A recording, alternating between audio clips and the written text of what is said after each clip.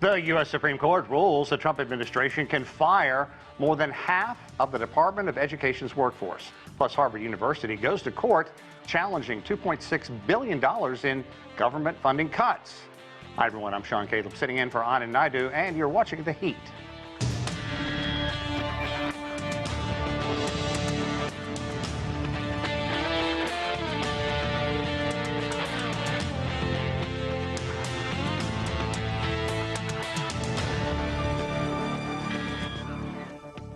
Education in the United States, from kindergarten to higher education.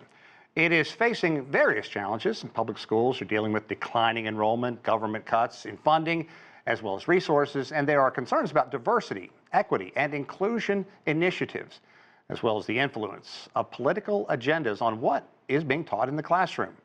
President Trump says much of his attack on higher education is in response to anti-Semitism on college campuses. In the end, it is a system in turmoil, marked by a host of pressures and a growing crisis of confidence. There is a lot to talk about, so let's get straight to our panel. Brice, a columnist and secretary of the Delaware Republican Party. Jennifer Steele, a professor at American University School of Education. Also with us, Joe Williams, a former senior editor of U.S. News and World Report, a current journalist.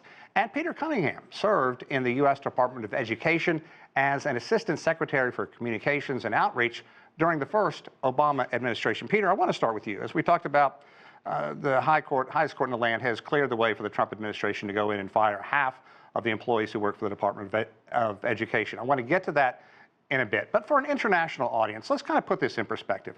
What the Department of Education has always been charged with, because there are misconceptions out there, who sets curriculum, how it works, is it differ from state to state?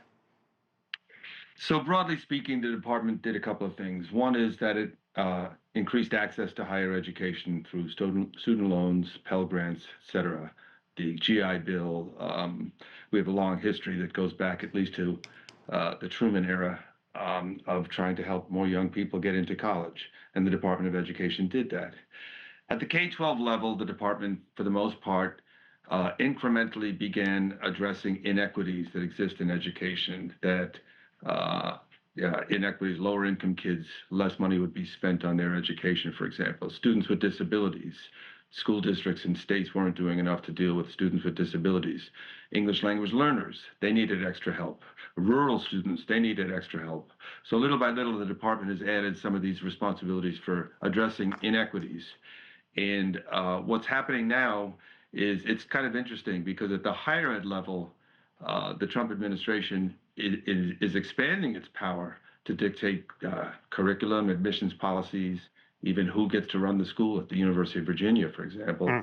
And yet at the K-12 level, they seem to be retreating from all those commitments to address inequity. Just recently, they canceled something like $7 billion in funding for bilingual programs, after-school programs, summer school programs, and they're shifting a lot of these programs into other departments. So I think broadly speaking, it feels to me like the issue of whether this is a matter of national interest is now being dropped. Every president since Truman felt that education was a matter of national interest, and now the Trump administration seems to be going in a different direction. And Brandon, I want to bring you into the discussion, because I think if you talk to a lot of people internationally, one thing the United States always had going for it was its higher education. It's a place where people around the world wanted to come and study. Now we know the Trump administration has cleared the way to fire some 1,300 employees. And Trump's Secretary of Education, Linda McMahon, has said this is, quote, the first step on the road to a total shutdown. Conservatives have long pushed for this, in part because they want a smaller government, in part they want to see this go to states. But I want to play you a clip real quickly about what Jonathan Collins, an assistant professor at the Columbia University's Teaching College, had to say about the potential elimination of the Department of Education. Listen to this.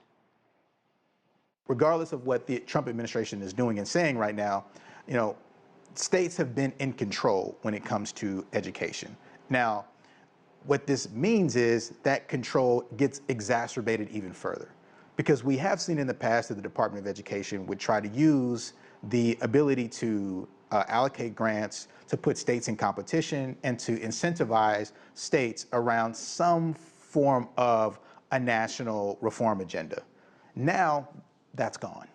right? And what you might end up with is essentially an education apartheid system, where the kind of education that your kid receives depends heavily on the state you live in. His words, an education apartheid system, harsh. Why does the GOP want to shut down the Department of Education? Well, first of all, there's always been political theater where Democrats and leftists have said, well, we need more money. Here's the issue. It's not working. We've tried more money many times. It's not working. And first of all, I used to actually work for Linda McMahon. I think what you're seeing now is we're putting accountability. The president's agenda is putting accountability, and it's saying that it's not a money issue. It's an accountability issue. It's a standards issue. States like my own, Delaware, we're highest in the nation in spending, and yet we're at 46% ranking in the nation. This is the former president's state. Why didn't he talk about education? And so what you're seeing now is finally we're getting around the talking points, and we're saying, how do we actually fix education in this state and allocate the funds towards the kids and not the special interest group? You'll never hear about that. And I'll be honest with you, I'm surprised, liberal institutions that you mentioned earlier. I mean, these are the situations when we talk about K through 12 education. We have cities, Detroit, Chicago, the literacy rates are under 40%, and yet we're talking about we need more money. Well, what's happening to the money that we're already spending at the state and federal level? It's going to everybody but the child. Yeah. Jennifer, Brandon talks about arguments that we have heard many conservative Republicans make for some time. Accountability. Is that fair? Is that accurate? Well, it's interesting because the history of the U.S. Department of Education is that the Republicans wanted to get rid of it until about 25 years ago, and then they revamped it and revved it up under George W. Bush and implemented, as you heard a moment ago, accountability, state test-based accountability across the U.S., where states needed to get standards in place and they were allowed to have their own standards. Then there were incentives from the federal government under the Obama administration to get the same standards, to get everybody to have the same standards. And so now we're seeing a huge shift back to roughly 1980, where the Republican Party doesn't want the federal government to play this role, except they still want to control how people are teaching about the history of the country, what is being taught, and diversity, equity, and inclusion. And so they're still trying to use the bully pulpit. Okay, I want to also talk to you about so many students, legions of college kids depend on federal assistance to get through higher education as well. Jennifer, the Department of Education obviously plays a key role in these programs. Talk a bit about what's going to happen if this federal assistance goes away, and who is going to control it? How is that going to be measured going forward? What I think is what we see in the so-called one big beautiful bill is actually a one big bad bill for higher education and people who work in it, like myself, because it's going to it is capping federal student loans at lower levels, especially for graduate study and for part-time students, which actually could be a win for students, paradoxically, because college costs have been spiraling. And the previous administration tried to cut back, or tried to fix that by loan forgiveness, and the Trump administration says we just want to limit how much we give out in the first place. Jennifer makes a great point. When I went to school, it was pretty cheap, but sending my kids through school, it was significantly more expensive. Luckily, I had the means to do that. And I bring this up because if you look at who is disproportionately affected, there's a good argument that it is minorities, people of lower economic status, that are affected the most. I want to play you one more soundbite from Jonathan Collins about what he has to say about this issue. It's clear that Black and brown kids in low-income communities, they are the ones who are going to be hurt the worst by these cuts.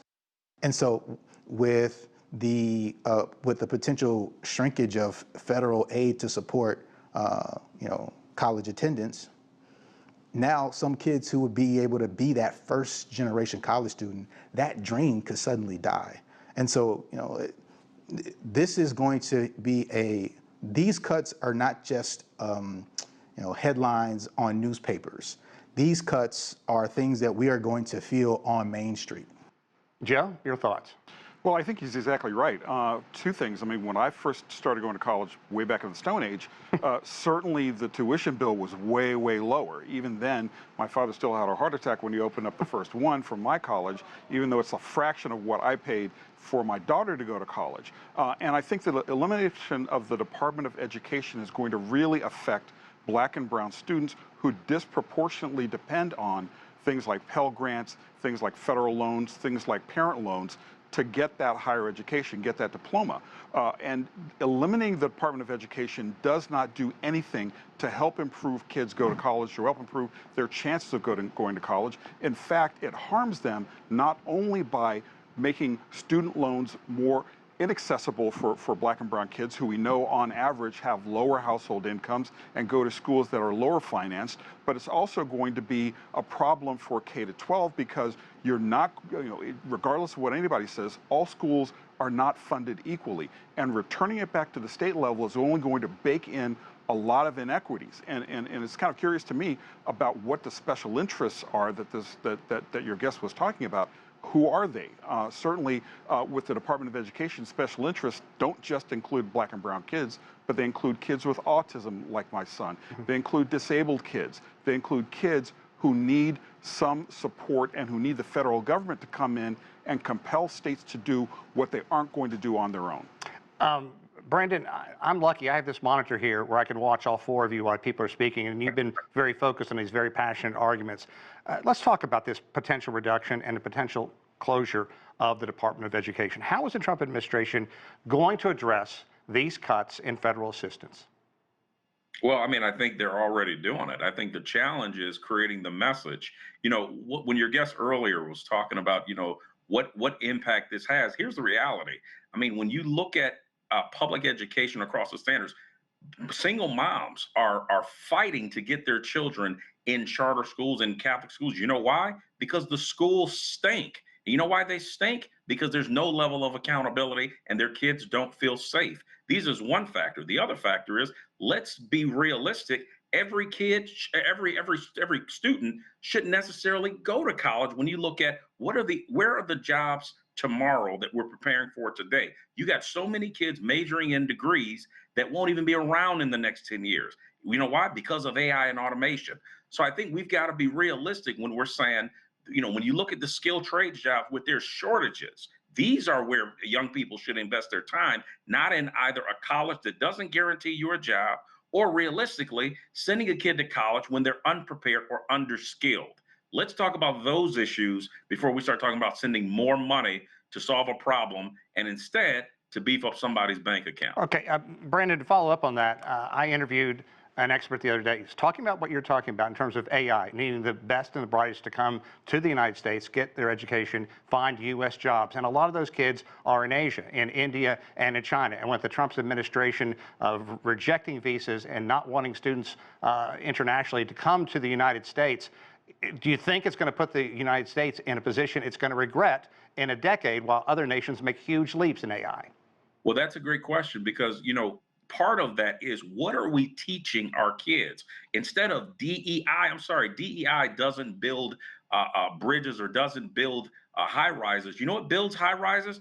Reading, mathematics, and arithmetic. And so we need to get back to those things. And what they're doing in Asia and China now is, even in first and second grade, they're talking about AI and computer science. We're not even thinking about that in public schools right now. And so if we want to compete, we've got to go back to basics, first, second, and third grade, and mandate that our children start to learn things that actually matter and not sound bites for politicians. Okay, Peter, let's talk about Trump and setting his sights on some of the most storied higher education facilities in the United States, at Harvard, to name one. He wants to defund colleges and singling out many of these wealthy schools. In Harvard's case, he wants to reduce some $2.6 billion in funding. The university has pushed back on what the Trump administration has come out of its measures in funding from an anti-Semitism task force.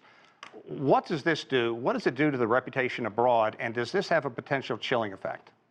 I think it does. I think it's a disaster. First of all, most of that funding that they're pulling back is federally funded research, and it's research for things in medicine, things in manufacturing, things in a variety of fields, including AI. So This is the federal government that has decided over the years we need research in these fields in order to stay competitive. And this administration is now saying, no, we don't. We don't need that research. That can go away. I'll give you one statistic. Last year, China produced 50,000 PhDs with STEM degrees. We produced 35,000. We're going down, they're going up. So that's just one thing to think about. I think when you see what happened at UVA, there you have a situation where the Trump administration flat out dictated that the president of the university needed to be fired. Now, that's an extraordinary expansion of federal oversight. I think Republicans often talk about, reducing the federal footprint, giving it back to the states. That's not giving it back to the states. That's the state university. That's the flagship state university. And the president of the United States dictated who could be the leader of that university. And I think you look at what happened at Columbia. They made a deal, then they have another deal, and they're not getting a deal. So this is not a good trend at all. Jennifer talked about the impact on higher education. And so I think the other thing is that I see in the budget bill that they're capping student loans. So I understand that as a partial solution. Let's cap student loans. Okay, but what are the impacts of that? Some of the impacts of that are that people who might be going to medical school won't be going to medical school. And we have a shortage of doctors in this country.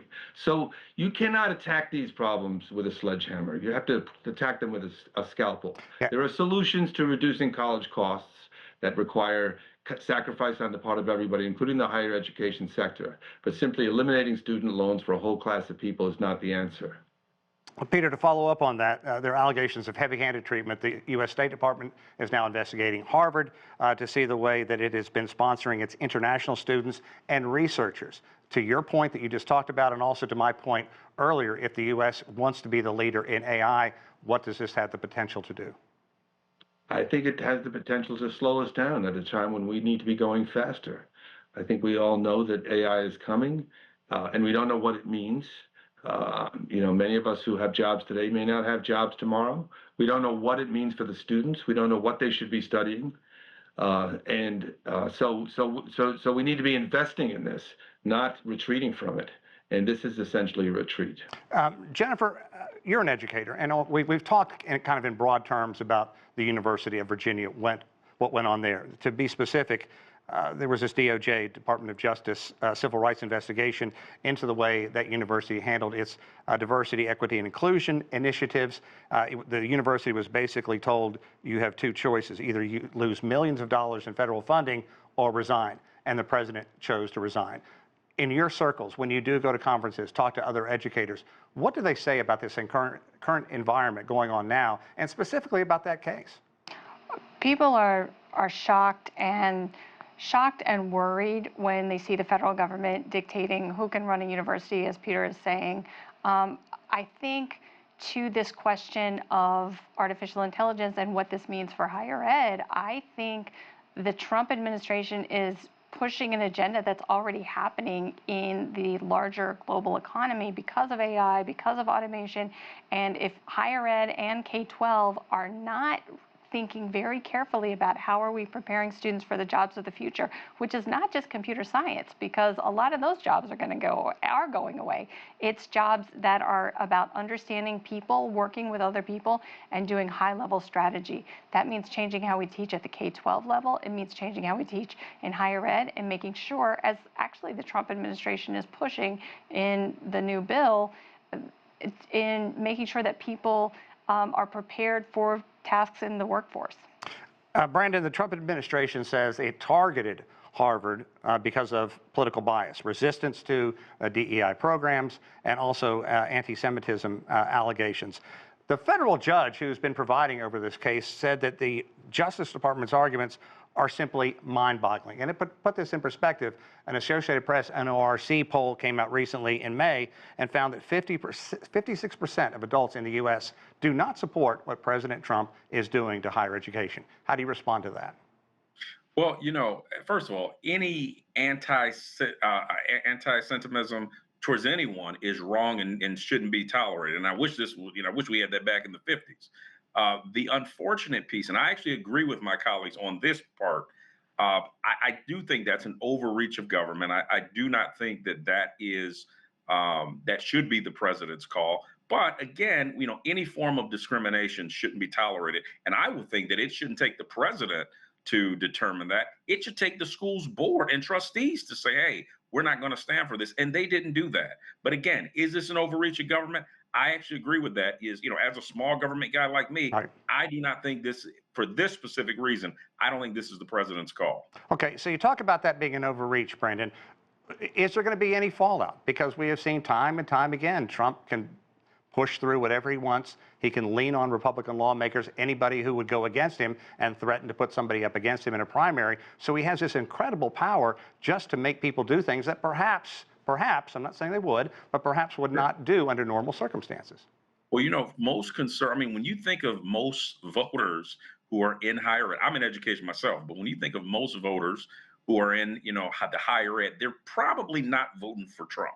And so the other piece to that is, I don't know if this is going to have necessarily a political fallback, but I will say that, again, it goes back to the core values of the conservative movement. We believe in small government.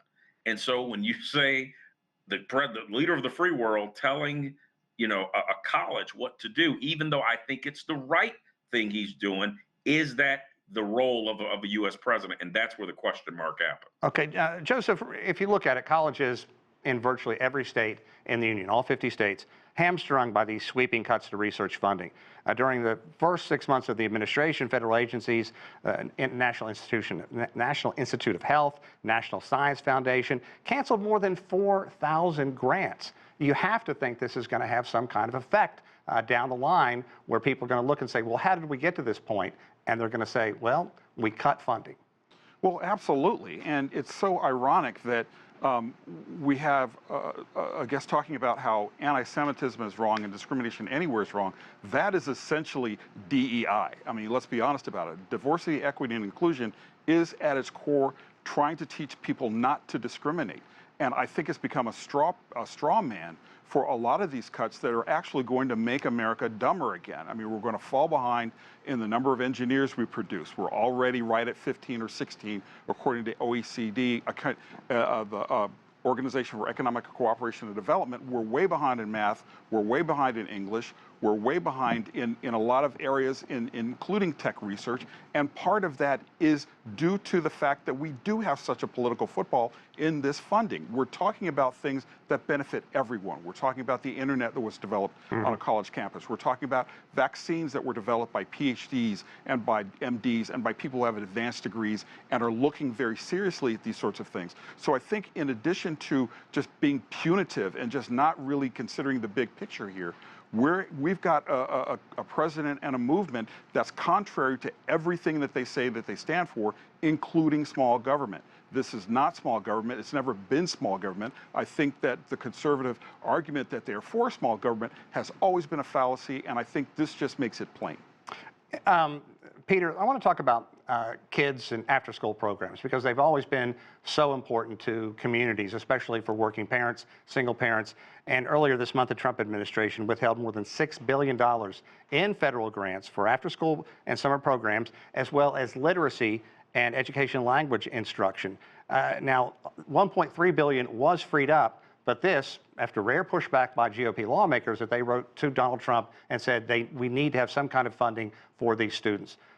What does that have the potential to do? And were you surprised at these cuts in the first place? I was. Of course, I'm not surprised by much of anything anymore. But I think that Republicans are going to start to realize that programs that are serving their communities, their rural communities, for example, are going to be at risk, and that this agenda really puts at risk so much of what they have done in the last 30 or 40 years to create more opportunities for learning. You know, in the case of rural schools, for example, they have access to a lot more technology today, so that a child in a rural community can study, calculus from a teacher in a city online. There's just so much potential here. And the other point, going back to the after-school programs, is that the public school population in America is poorer than it's ever been.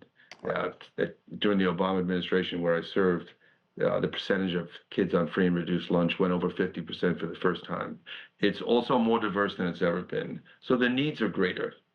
And I think that we're just going in the wrong direction, cutting back on these specific programs passed by Congress, by the way, over the last 50 years. The IDEA program, for example, goes back to the Nixon era.